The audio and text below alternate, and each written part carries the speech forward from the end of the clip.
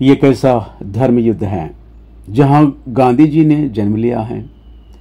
इस शीर्षक के साथ रक्षणा टीवी में सही प्रश्न का सही जवाब, इस कार्यक्रम में इस प्रश्न के जवाब में ब्रदर प्रवीण पगड़ाला जी ने जो बड़े ही सुंदर रीति से जवाब दिया है, आइए हम सुनते हैं। प्रश्न है, ये कैसा धर्म युद्ध है जहां गांधी जी ने जन्म लिया है। हाँ, इस प्रश्न के जवाब में ब्रदर प्रवीण पगड़ाला जी ने जो जिस तरह से जवाब दिया है, कहते हैं जिस देश में बापूजी जन्म लिए हैं, ये कैसा धर्म युद्ध है।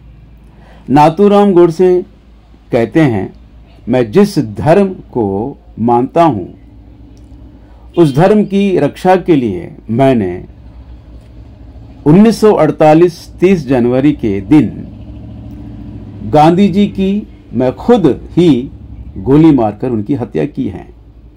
ऐसा उन्होंने गवाही भी दी है। और जब गांधी जी की हत्या की गई थी तब वे हे राम कहकर अपने प्राण त्याग दिए। अब हम देखते हैं जिस नाम को लेकर गांधी जी की हत्या की है और जिस नाम को लेकर गांधी जी ने अपने प्राण त्याग दिए हैं, ये दोनों एक ही धर्म के दो व्यक्तियों के बीच हो रही धर्म संघर्ष है। ये कैसी विडंबना है, ये कैसा भारत देश है। भारत देश में क्या हो रहा है और ये कैसा धर्म युद्ध है। मैं आप लोगों से यह कहना चाहता हूं, भारत देश में 1948 जनवरी 30 के दिन जो कुछ हुआ है, ये दो व्यक्तियों के बीच में व्यक्तिगत संघर्ष नहीं है। यह सब कुछ जो हुआ है या हो रहा है, अपनी अपनी मानसिकता और सोच विचार और भावनाओं का संघर्ष है। इस विषय में मैं कहता हूं या कहना चाहता हूं कि इस नव भारत में धर्म का क्या मतलब है। इस विषय को लेकर मैं बड़ा चिंतित हूं। हम किस धर्म को लेकर चले। जब इस सोच में था तब मैंने देखा कि गांधी जी को जिस तरीके से उनकी हत्या कर दी गई थी, उसी तरीके को फिर से अपनाया गया है। मतलब उसी डेट को या उसी तारीख को अपनाया गया है। जैसे कि जनवरी 30, बस साल का फर्क है। 2020 में दिल्ली में एक 19 वर्षीय नौजवान लड़के की भी इसी तरह हत्या की गई है, जबकि सारे पुलिस प्रशासन के सारे अधिकारी वहां मौजूद थे और पिस्तौल निकालकर गोली मार दी गई। राम का नाम लेकर उसकी हत्या की गई थी। और इस तरह भारत के जनता को भयभीत किया गया है, वह भी वर्तमान सरकार के प्रधानमंत्री और होम मिनिस्टर अमित शाह के शासन के दिनों में। ये सब हमें देखने को मिलता है। इस विषय को लेकर मैं आपको बताना चाहता हूं, गांधी जी के मृत्यु के बाद 70-75 साल बीतने के बाद आज भी फिर उसी तरह वही तरीका, यानी 1948 नहीं बल्कि 2020 को एक 19 वर्षीय नौजवान को गोली चलाकर मार दिया गया है। अब मेरा प्रश्न यह है कि यह सब हत्याकांड किसकी सीख और किसके भड़काने और किसके प्रोत्साहन से हो रहा है। वो भी गांधी जी की मृत्यु के दिन ही को लेकर एक नौजवान की हत्या की गई है और उसे धर्म का नाम दिया गया है। इस विषय को लेकर हमें सोचना ही पड़ेगा, इसकी बड़ी आवश्यकता है। ऐसा मेरा अभिप्राय है।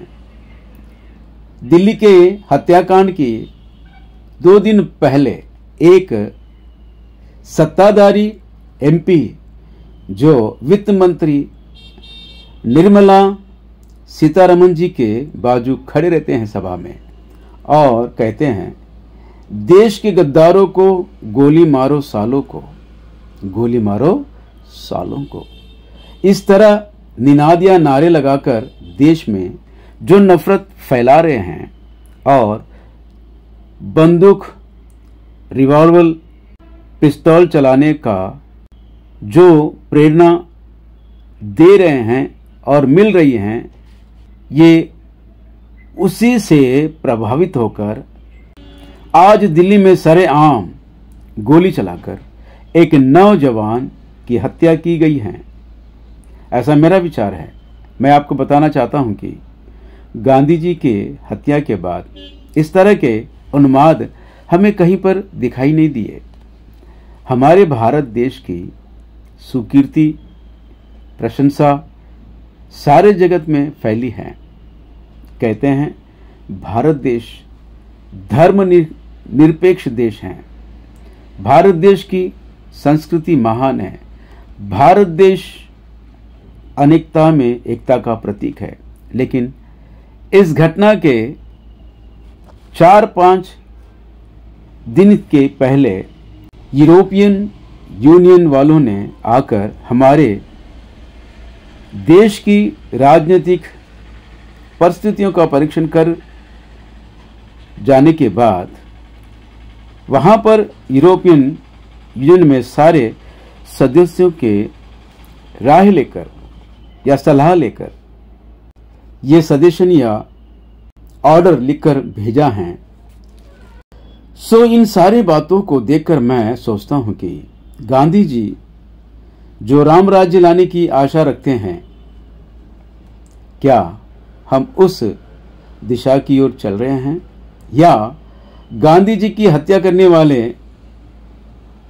गोडसे ने जो राम राज्य लाने की सोच रखी, क्या हम उस दिशा में चल रहे हैं? यह हमारे लिए बहुत बड़ी चिंताजनक प्रश्न है।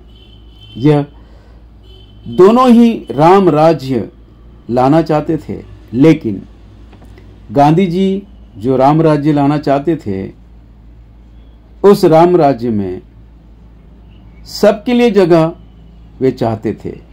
लेकिन गोडसे ने जो राम राज्य लाना चाहा था, उस राम राज्य में गांधी भी ना रहे, गोडसे ने सोच रखा था।